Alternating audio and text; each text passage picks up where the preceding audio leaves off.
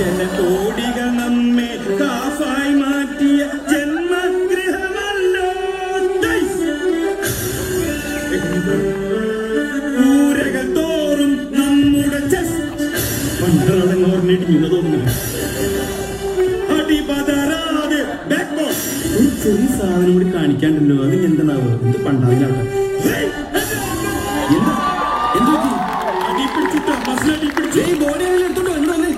ബസ്സിൽ ഉടക്കാതെ കൊണ്ടുപോകും. അതെ, എന്നെ എവിടേക്ക് കൊണ്ടുപോണേ? പിന്നെ കൊള്ളി വെക്കാൻ. അപ്പൊ തീ ഉണ്ടാവില്ല അടിയില്. പിന്നെ നീര് പോണ്ടേ?